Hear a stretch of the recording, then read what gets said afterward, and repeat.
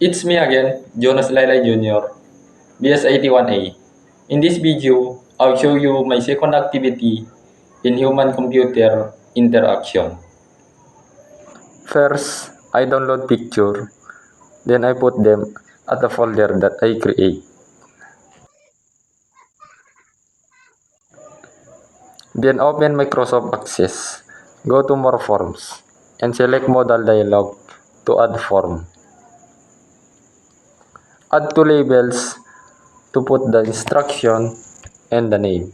Go to Onload, then type this code, and also the event on key press.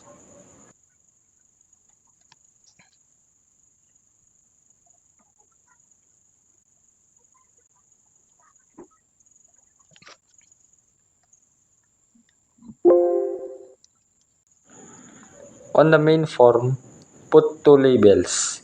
Insert image, the event on mouse move, type this code.